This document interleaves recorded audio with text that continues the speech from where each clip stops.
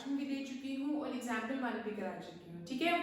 और हम स्टार्ट करने वाले हैं आज एग्जाम्पल नंबर 2। एग्जाम्पल नंबर 2 क्या कहता है, Romila went to a stationery shop and purchased 2 pencils and 3 erasers for ₹9। मतलब टोटल कॉस्ट 2 पेंसिल्स और 3 इरेजर्स के उसने शॉपकीपर को कितने पैसे दिए, ₹9, ठीक है। हर friend saw the new variety of pencils and erasers with Romila, और उसका भी मन कर गया कि मैं नए खरीदूं, ठीक है। So she also bought 4 pencils and 6 erasers but she bought for ₹18, ठीक है। तो represent the situation algebraically and graphically, जो कि मैंने आपको लास्ट वीडियो में भी समझाया था कि एल्जेब्रिकली का मतलब होता है इक्वेशन बनानी एंड ग्राफिकली का मतलब होता है उन इक्वेशंस को प्लॉट करो ग्राफ पर, ठीक है। तो हम सबसे पहले ये सपोज करेंगे कि late the cost of 1 pencil is ₹X, ठीक है। लेकिन रोमिला ने कितनी पेंसिल्स परचेज की थी, 2 पेंसिल्स परचेज की थी, तो कॉस्ट ऑफ 2 पेंसिल्स कितनी हो जाएंगी, 2x, ₹2x, है ना। एक पेंसिल ₹2 की है तो 3 पेंसिल्स 3 × 2 यानी ₹6। इसी तरह से एक पेंसिल ₹X की है तो 2 पेंसिल्स 2x की। अब let the cost of 1 eraser be ₹Y, but Romila ने कितने इरेजर खरीदे, 3 erasers, so cost of 3 erasers will be ₹3। अब टोटल पैसे उसने कितने दिए शॉपकीपर को, इधर से 2x इधर से 3y, यानी 2x + 3y। लेकिन वो तो क्वेश्चन में कह रहे हैं कि उसने कितने पैसे दिए, ₹9, तो दोनों को हम इक्वल रख देंगे लाइक दिस, ओके। अच्छा, अब ये तो आई रोमिला के हिसाब से इक्वेशन। अगर हम निकालें उसकी फ्रेंड सोनाली के हिसाब से, तो हमारी इक्वेशन क्या बैठती है, उसने कितनी पेंसिल्स खरीदी, उसने पेंसिल्स खरीदी, शी ऑल्सो बॉट 4 पेंसिल्स, तो पेंसिल्स है तो इसका मतलब x प्लस एंड 6 इरेजर्स, तो इसका मतलब 6y इज इक्वल टू, उसने कितने पैसे दिए थे, ₹18 यानी ₹18। So these are my 2 equations, okay. So ये एल्जेब्रिकली वाला काम तो हो गया, हमारा रह गया ग्राफिकली वाला काम। उसके लिए हम क्या करते हैं, इसको पहले यहाँ लिख लेते हैं, इक्वेशंस नोट कर लेते हैं, then I am going to erase them from there. चलो, ये हमारा काम हो गया। चलो बच्चों, प्लॉटिंग करते हैं, कैसे करेंगे।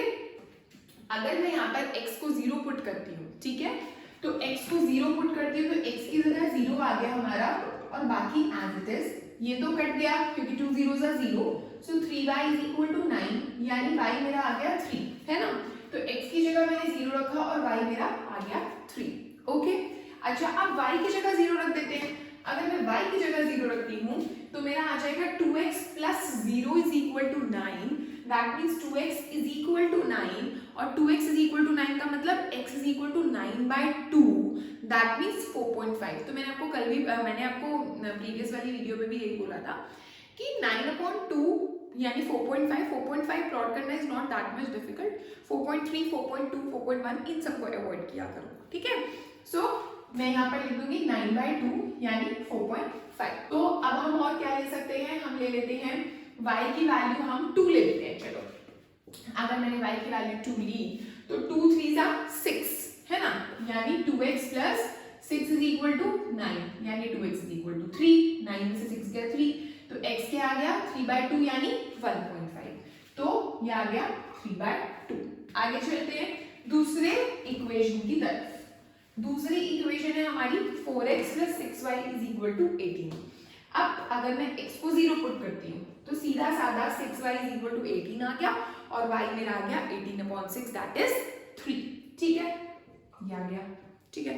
तो 3 पुट कर देते हैं, x को अगर मैं 3 पुट करती हूँ तो 3 4s are 12 हो गया, ठीक है।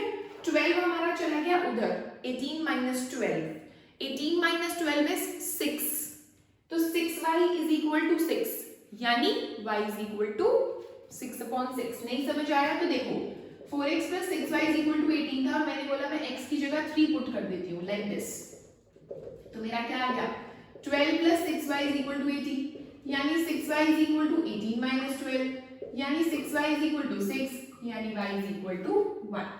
ऑलराइट, हम और कोई वैल्यू लेते हैं इसमें तो हमारा 1.3 1.4 आएगी दूसरी वैल्यू, तो उसको हम अवॉइड करते हैं, तो हम इन्हीं दो वैल्यू से प्लॉट करते हैं। ठीक है, तो हमारा क्या आता है, सबसे पहले इस इक्वेशन को देखें तो 0,3 ये आ गया मेरा 0,3। 9/2 का मतलब होता है 4.5 जो कि यहाँ पर कहीं लाई करता है 4.5, 0 यानी ये रहा 9/2, 0। उसके बाद आता है 3/2, तो 3/2 इज 1.5, तो 1.5 इज दिस मच, 1.5 पे 2, तो ये रहा 1.5, 2। तो अगर मैं इन तीनों पॉइंट्स को ज्वाइन करती हूँ तो ये मेरे इस तरह से ज्वाइन होते हैं लाइक दिस। ठीक है, और ये हमारी इक्वेशन है 2x + 3y = 9, जो कि मैंने बोला था इक्वेशन का नाम जरूर लिखेंगे, इक्वेशन जरूर लिखेंगे लाइन पर। ठीक है, नेक्स्ट इज 0,3 हमारी ये रही, एंड 3,1 इज दिस 3,1 ये रहा। ठीक है, तो ये तो हमारी एक के ऊपर एक हो गई, ये तो हमारे कॉमन हो गई, मतलब ये तो हमारा कोइंसिडेंट लाइंस हो गई, एक के ऊपर एक, 0,3 ये रहा, 3,1 ये रहा, यानी इस इक्वेशन के भी जो ये दो पॉइंट्स हैं ये कहां पर लाई कर रहे हैं, इसी के ऊपर लाई कर रहे हैं। ठीक है, तो इसका मतलब ये एक के ऊपर एक लाइंस हो गई, that means these are coincident lines. Coincident lines का मतलब क्या बताया था मैंने अपनी फर्स्ट वाली इंट्रोडक्शन वाली वीडियो में कि इनफाइनाइटली मेनी सॉल्यूशंस, कि बहुत सारे सॉल्यूशन हो सकते हैं। ठीक है, तो इसका हम क्या लिखेंगे, these pair of equations has infinitely many solutions and are coincident lines। coincident lines मतलब एक के ऊपर एक। ऑलराइट, अब बच्चों जो थर्ड एग्जाम्पल है उन्होंने दो इक्वेशंस आपको दे रखी हैं ऑलरेडी, आपको फ्रेम नहीं करनी, बनानी नहीं है, और उन्होंने बोला है रिप्रेजेंट दिस सिचुएशन ज्योमेट्रिकली। तो ऑब्वियसली वो एल्जेब्रिकली तो लिखेंगे नहीं, क्योंकि एल्जेब्रिकली तो पहले से ही उन्होंने आपको प्रोवाइड कर दी है, तो आपको ग्राफिकली प्लॉट करनी है ये दो इक्वेशंस, जिसके लिए आपको क्या करना पड़ेगा, पहले इनके पॉइंट्स निकालने पड़ेंगे, जैसे कि हम टेबल बनाते हैं और उसमें लिखते हैं। ठीक है, और दूसरी इक्वेशन भी लिख लेते हैं हम, ये रही, तो x y और इस तरह से हमने टेबल बना लिया। ठीक है, अब अगर मैं यहाँ पर x को 0 रखती हूँ तो मेरा क्या आ जाएगा, 2y - 4 = 0, ये गायब हो गया, यानी 2y = 4, यानी y = 2। ठीक है, अब अगर मैं y को 0 रखती हूँ तो ये मेरा गायब हो गया, x - 4 = 0, यानी x = 4। ठीक है, अच्छा, और क्या हो सकता है, अगर मैंने y को 1 रख दिया, तो ये क्या हो जाएगा, x + 2 - 4 = 0, यानी x - 2 = 0, यानी x = 2। ठीक है, तो ये तीन आ गई मेरी वैल्यूज। अब इसी तरह से हम सेकेंड वाली इक्वेशन की निकालते हैं, क्या आएंगी, अगर मैंने x को 0 पुट किया तो मेरा 4y ये तो चला गया, 4y - 12 = 0, यानी 4y = 12, यानी y = 3। ठीक है, अब अगर मैं y को 0 पुट करती हूँ तो ये गायब हो गया, 2x - 12 = 0, यानी 2x = 12, यानी x = 6।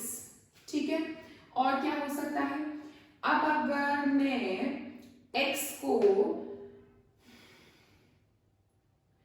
2 पुट करती हूँ, चलो x को मैंने 2 पुट किया तो मेरी इक्वेशन आ गई इस तरह से। ठीक है, तो ये आ गया 4 और 4y, 4 - 12 इज -8, यानी 4y = 8, यानी y = 2, तो y भी मेरा 2 आ गया। ठीक है, अब हम इसको प्लॉट करते हैं, कैसे, 0 पर 2 है, 0 और ये 2, यहाँ पर लिख दो 0,2, 4 पे 0, 4 ये रहा, और 0, 4,0, 2 पे 1, 2 और ये 1, तो ये हो गया मेरा 2,1। ठीक है, इन तीनों पॉइंट्स को हम ज्वाइन कर देते हैं, स्ट्रेट लाइन आ रही है, well and good, straight line नहीं आती तो दैट मीन्स आपका कोई ना कोई पॉइंट गलत है, तो आप चेक कर सकते हैं, ठीक है। चलो जी, इसके ऊपर हम लिख देते हैं, ये हमारी इक्वेशन है x plus 2y minus 4 is equal to 0। Next है 0 पर 3 ये रही। चलो नेक्स्ट 6,0, तो 6 मेरा ये रहा 5 6 यानी 6,0, ठीक है।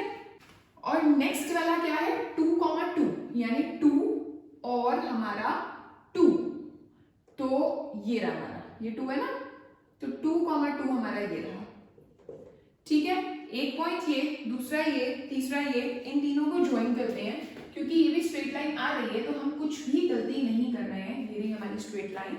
और इस पर हम नाम लिखते हैं 2x plus 4y minus 12 is equal to 0। लेकिन यहाँ पर एक अजीब बात लगी कि ये दोनों ही लाइंस मीट ही नहीं करी कहीं पर, एंड सबसे बड़ी बात कि ये पैरेलल लाइंस हैं, वो आगे भी अगर हम इनको प्रोड्यूस करते हैं चाहे इस साइड चाहे उस side, they are never going to meet as these are parallel lines. And मैंने इंट्रोडक्शन वाली वीडियो में आपको तीनों केसेस बताए थे कि अगर पैरेलल लाइंस हुई that means they are never going to meet, that means they have no solution. वो कभी मीट ही नहीं करेंगे तो उनका सॉल्यूशन कैसे आएगा, इंटरसेक्टिंग पॉइंट ही नहीं आएगा तो सॉल्यूशन कैसे आएगा, ठीक है। सो फर्स्ट एग्जांपल जो कि हमने किया अपनी लास्ट वीडियो में, that was the case of unique solution. Why? Because it was having an intersecting point, वो दोनों लाइंस कहीं पर मीट कर रही थी। सेकेंड एग्जाम्पल जो हमने इससे पहले किया वो एक के ऊपर एक लाइंस आ गई, दैट मीन्स कोइंसिडेंट लाइंस, और उसमें इनफाइनाइटली मेनी सॉल्यूशन आ गए।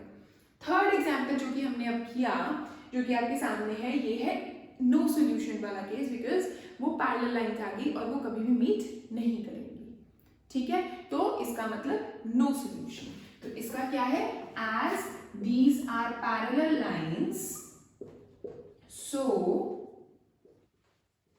as these are parallel lines, so this is the case of no solution. So these pair of equations has no solution, ठीक है बेटा। So these were the 3 examples जिससे आपका बहुत, मैंने इतना फोकस नहीं करना था बट मैंने इसलिए इतना फोकस किया इन 3 एग्जाम्पल्स पर, इतना अच्छे से एक्सप्लेन किया ताकि आपको कॉन्सेप्ट समझ आए इस चैप्टर का, ठीक है। तो अब आप इंट्रोडक्शन वाली वीडियो से लेकर अब तक जो 3 वीडियोस बनी, इससे आपका कॉन्सेप्ट क्लियर हो गया कि यूनिक क्या होता है, इनफाइनाइटली क्या होता है और नो सॉल्यूशन क्या होता है। ऑलराइट, आई होप आपको क्लियर हुआ होगा, and if yes please do write in comment section. Okay, bye.